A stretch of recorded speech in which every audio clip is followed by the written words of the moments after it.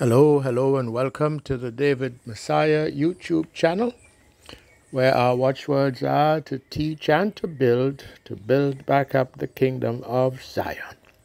And my name is Sidney Thomas. I'm the founder and the moderator of this YouTube channel. The title of this presentation is Numerology and the Messiah. Numerology and the Messiah.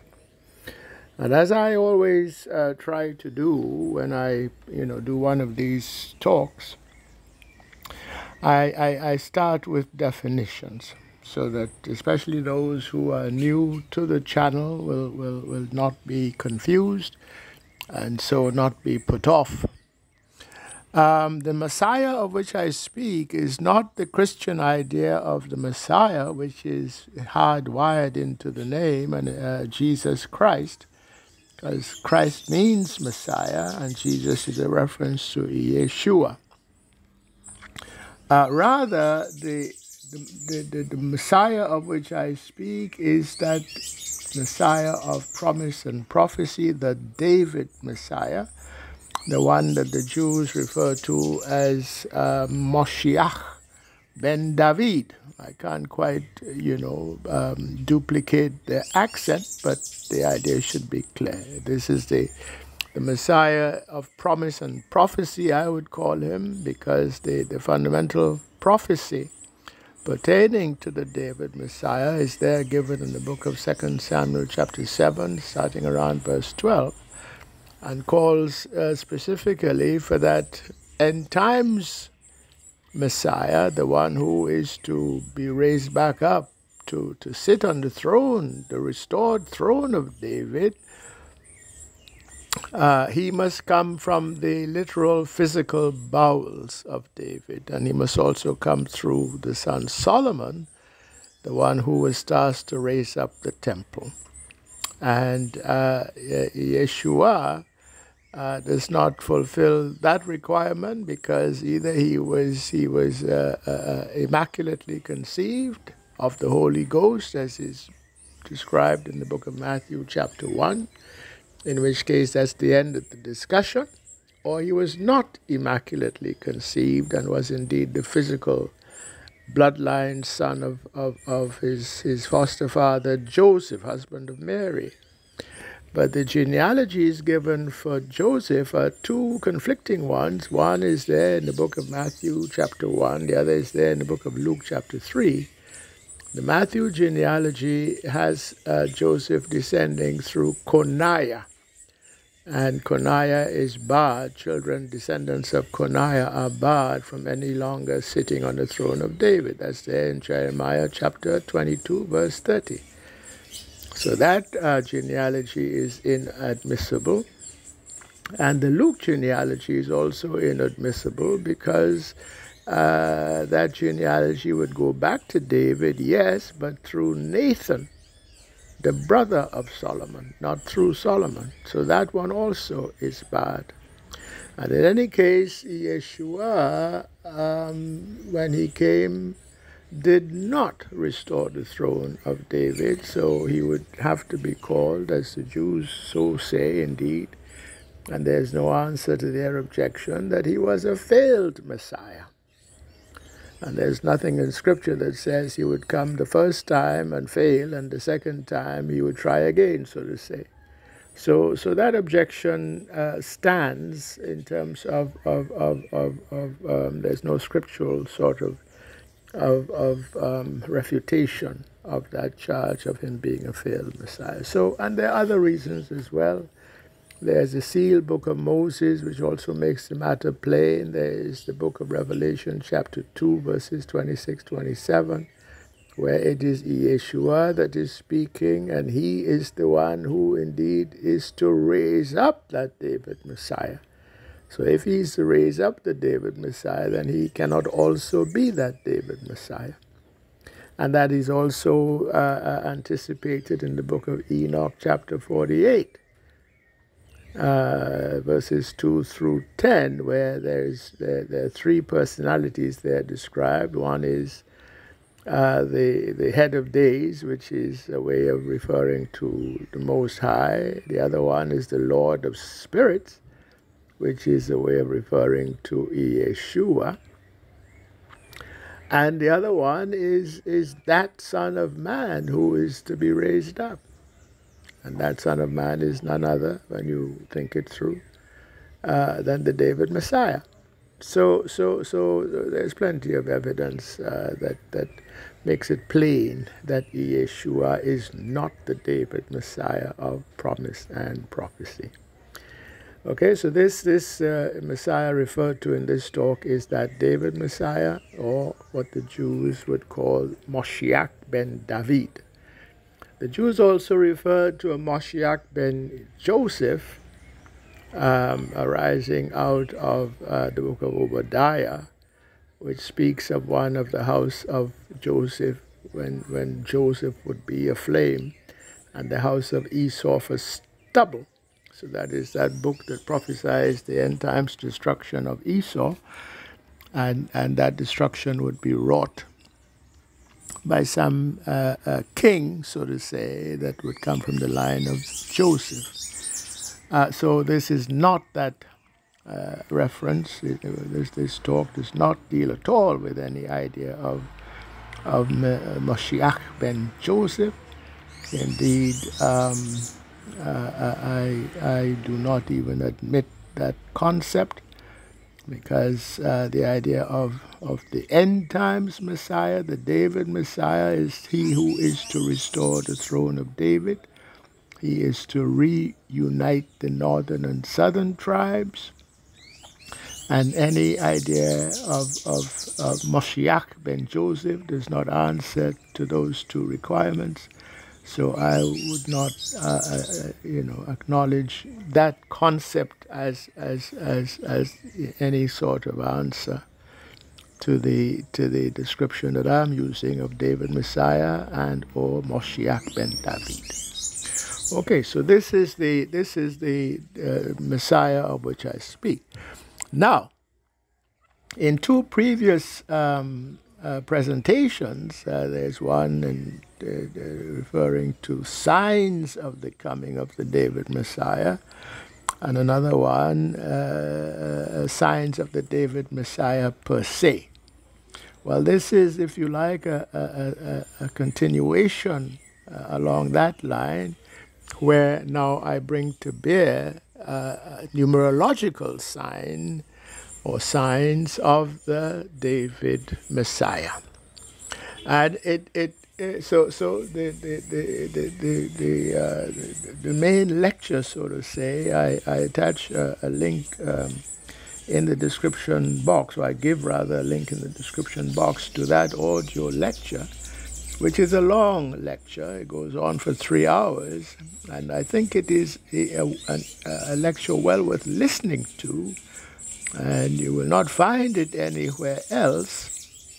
It draws on material from a book I was guided to write entitled Numerology and the 7 Days of Creation.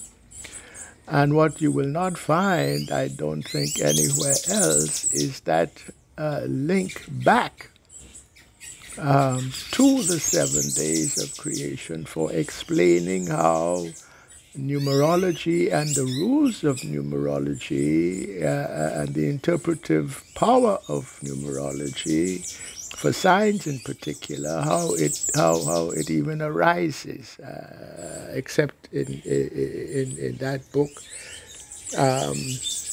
and as summarized in that audio lecture that uses that book. I will give a link to a PDF version of that book, and it's also available on Amazon.com in print format. And not only does it take the subject of numerology and tie it back to the 7 days of creation, it also, that audio lecture that is, it also ties it back to the Tree of Life diagram, which I dealt with in the last video presentation. And what is numerology? Ultimately, it is seeking to give a way of, how to say, assigning to every number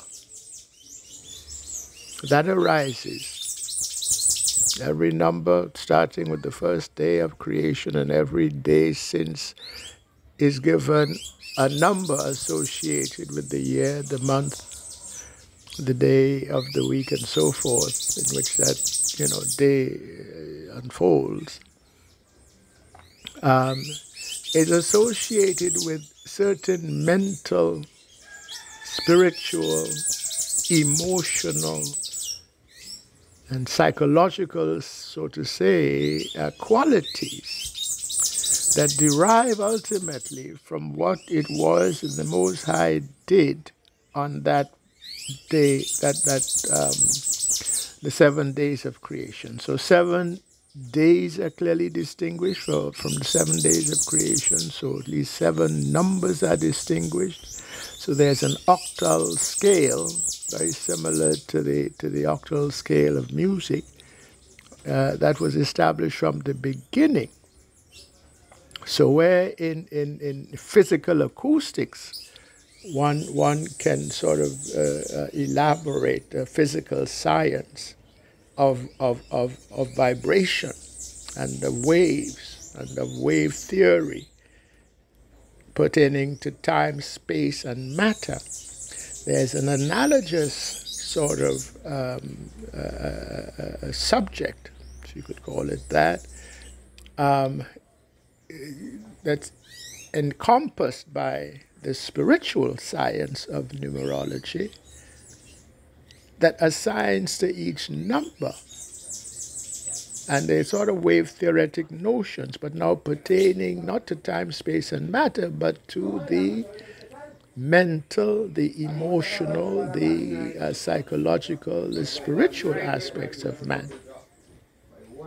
And this ties back to the Tree of Life diagram, where above the Tree of Life is that state of formlessness which characterized the Most High, the Ein Sof, and which in Genesis is referred to as the earth was void and without form. But the idea, underlying idea of the Tree of Life is that the essential quality of the Most High, which then unfolds in 10 spheres, the last, the 10th of which is man per se. The essential quality of the Most High is that of mind and matter. And those can be sort of conceptually distinguished. And when we end up in the 10th sphere with man, man has inherited aspects of the Most High, those aspects of the Most High of mind and matter. Okay, and these aspects are more than this sort of corporeal, physical, carnal reality that we can feel and touch and taste and so forth. But it explains, if you like, the spiritual, the mental, the emotional, the psychological aspects of man, sort of inherited from the Most High in that, and as depicted in that diagram of the Tree of Life, that depicts the unfolding from that formless state to the final carnal state in the 10th sphere. And we went through that, and there were 7 divisions of that unfolding of the Tree of Life. So 7 divisions elaborated in 10 spheres. Well, similarly, in the science of numerology, there is an octal scale because there are only 7 days of creation. But when we get to doing numerology, the rules of manipulation, the additivity rule, for example, which many would know of, but so bear that in mind, but I'll define it perhaps more carefully in a minute, reduces every number, birth date or name, because names can be reduced to numbers, and then once you have a series of digits, corresponding to, say, one's name or corresponding to one's date of birth, we reduce those by a repetitive rule of addition, where we seek to end up with a number between 1 and 10, essentially. So we have both an octal representation and a kind of an octal logic to the meanings of the numbers, mental, emotional, spiritual, and psychological, and as well a decimal scale. And we combine both the sort of meanings corresponding and coming out of what it is the Most High would have done on each of the 7 days of creation for the first 7 numbers from 1 to 10. And then we go to the 10 commandments. The 8th commandment, the 9th commandment, the 10th commandment, now to extract meaning for the numbers 8 and 9 and indeed 10. Okay, when we do numerology. But even so, there is a reconciliation in terms of the octal scale for what we arrive at when we do numerology according to a decimal rule of additivity. That gets a little bit involved. But the lecture sort of explains it all. All right. Why are we doing this? We're doing this because numerology is one of those spiritual sciences that the Most High uses to sign his messages, just as he uses astrology to sign his messages. And we did have an earlier presentation in which we addressed signs of the coming of David Messiah, and where we went a little bit into the logic of signs, and where it is, and where we sort of addressed the question why it is there is wisdom in seeking after a sign, which has been the hallmark of the children of the Bayuda people, we who descend from Israel. We have always sought after a sign. Why? Because there is a devil, so to say, in the midst who sometimes tries to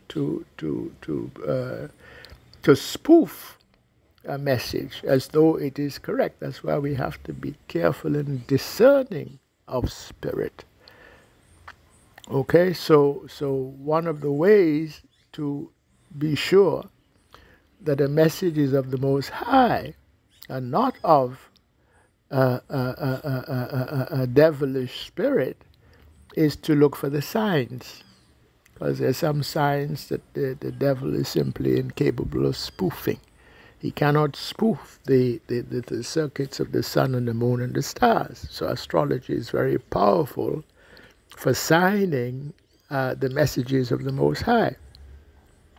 And likewise, he cannot spoof the signs that come from one's name or from one's date of birth.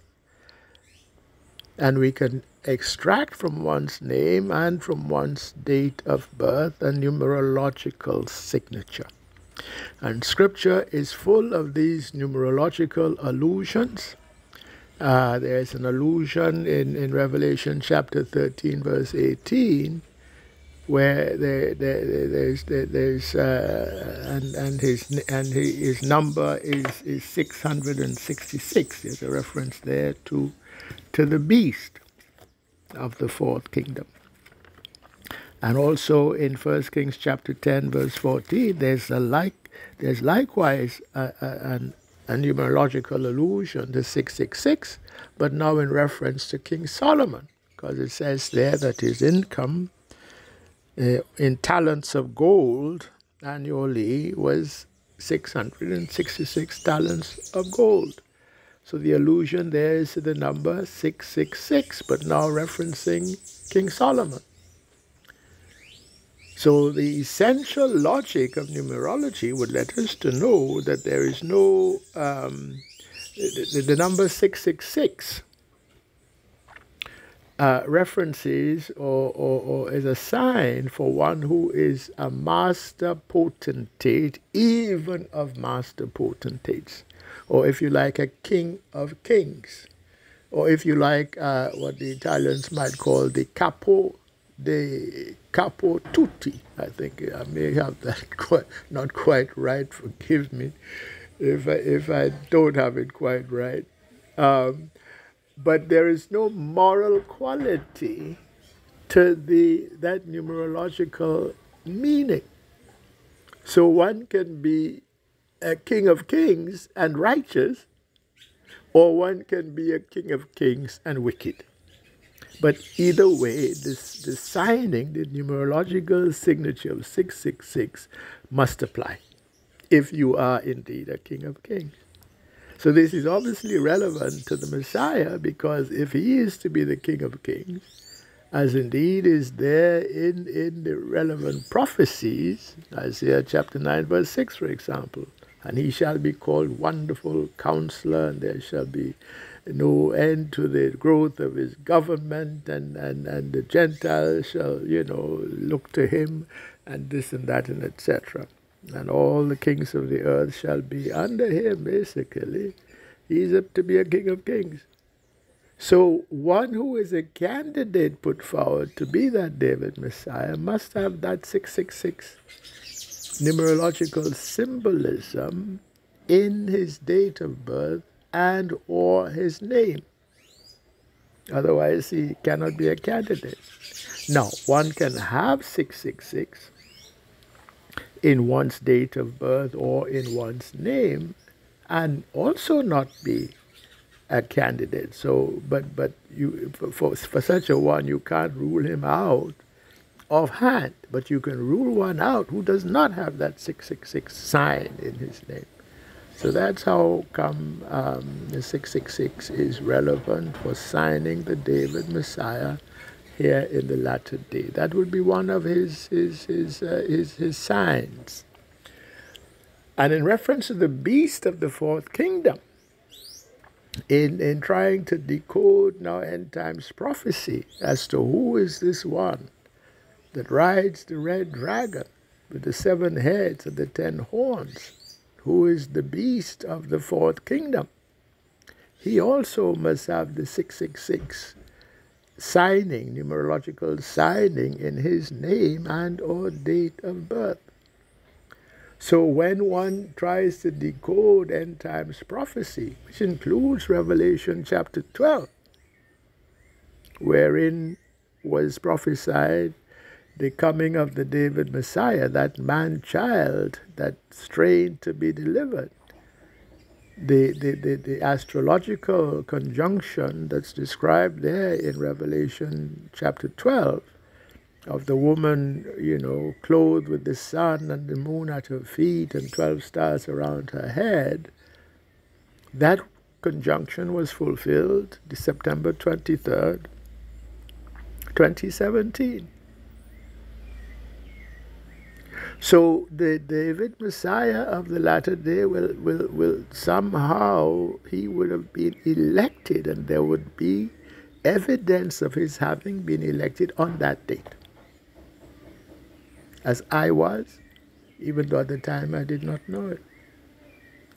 But 4.5 years later, now it is clear that that is what happened. And Satan could not have spoofed that. And now, if the meaning of it is only becomes evident sometime after the fact, it now becomes difficult for Satan to spoof, such a one, and claim such a one who is not the David Messiah to have been delivered, so to say, elected, so to say, anointed, so to say, on that date, September 23rd, 2017. So, 666. So one who is trying to decode end times prophecy, which must include decoding who then is this mystery Babylon, who then is this whore, W-H-O-R-E, that rides that beast with the 7 heads and the 10 horns, which also refers to an astrological conjunction that was there in the sky also September 23rd, 2017. That dragon that was there ready to devour the man-child as soon as it was born. So that astrological conjunction also was fulfilled on that date. But now if you try to tie that in with identifying, now who is this beast? And who are the 7 heads and the 10 horns of that red dragon? Then whoever you come up with to be the answer to that Whore, W-H-O-R-E, that rides that beast, that must also have this signature 666 in terms of the logic and the signing of numerology. Well, what we have been affirming, and it's there in the book, The Coming of, not The Coming of David, well, it's there too, but it was originally written in the book, The Appointed Time, The Tarrying and His Faith, where there was the chapter devoted to the 7 heads and the 10 horns of Revelation, and which was reconciled with Daniel's 14 kings that would arise during the 4th kingdom of the Gentiles. That's there in Daniel chapter 7. So the W-H-O-R-E whore is identified simply with the H-O-R whore, which is a house of Rothschild. And when the analysis is done numerologically on the name of the head of the H-O-R, we indeed get that he too has that numerological signing of 666. So this is the ultimate point made in this particular presentation.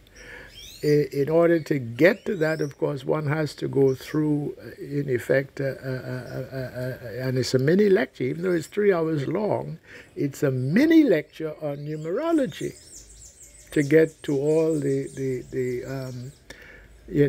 numerological meanings and symbolism that would even allow us to get to defining what is this idea of a 666.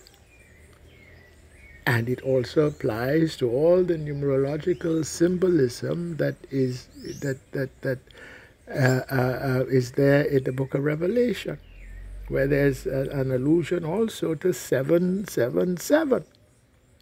Say in Revelation chapter 16, I believe, if I'm not mistaken, verse 17, where the conclusion is made, it is done.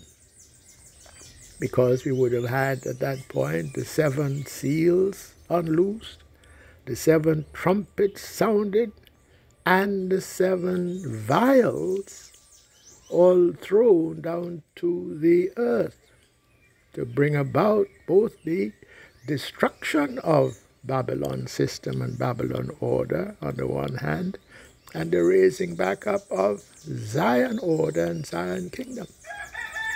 And that takes us back to the very first video presentation that was uploaded on this YouTube channel, which was that letter of demand upon the Catholic Church and the State of Israel, wherein it was stated under guidance that on December 31st, 2021, which corresponds to the 10th day of the 10th month, on the Most High's calendar, of the year 6007, Babylon was put under siege by Zion. And that was exactly to the day 2625 years after Babylon had laid siege to Jerusalem, around 600 or so BC, when Jerusalem fell. And Zion, the throne of Zion was brought down, and the children of Judah was scattered into exile, the Babylonian exile. And after that happened, the four kingdoms, sorry,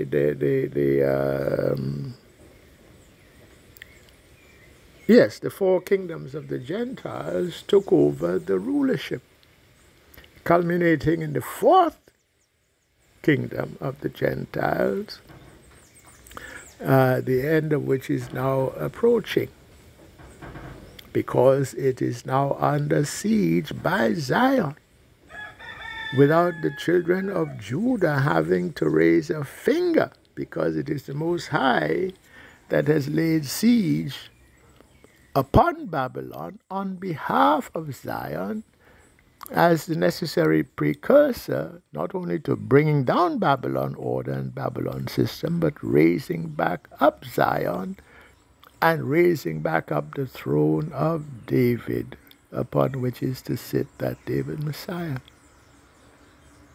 So this is where we are now in the unfolding of history. And in that first video presentation on this channel, it was asserted under guidance again that Revelation chapter 18 verse 2 was going to be fulfilled on the third day of the new year 6008, which was March 25th, 2022. And that was Babylon is fallen, Babylon is fallen.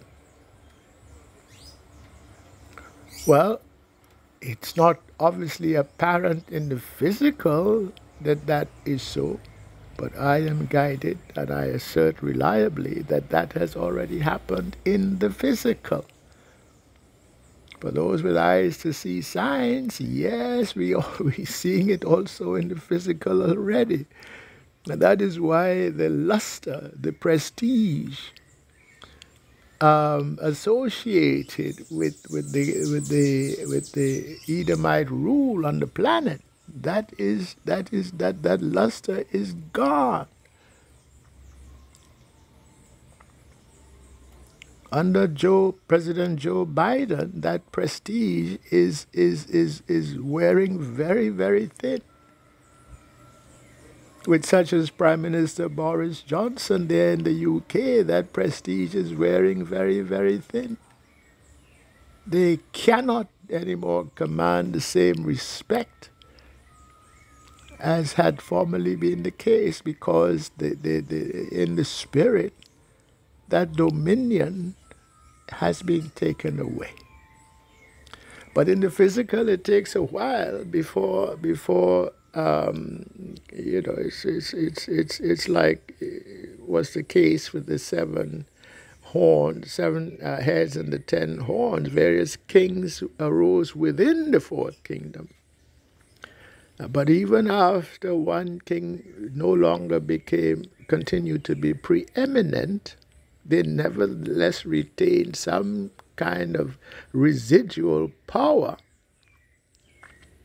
even though their power had been eclipsed. So Spain was preeminent at one time, Britain was preeminent at one time.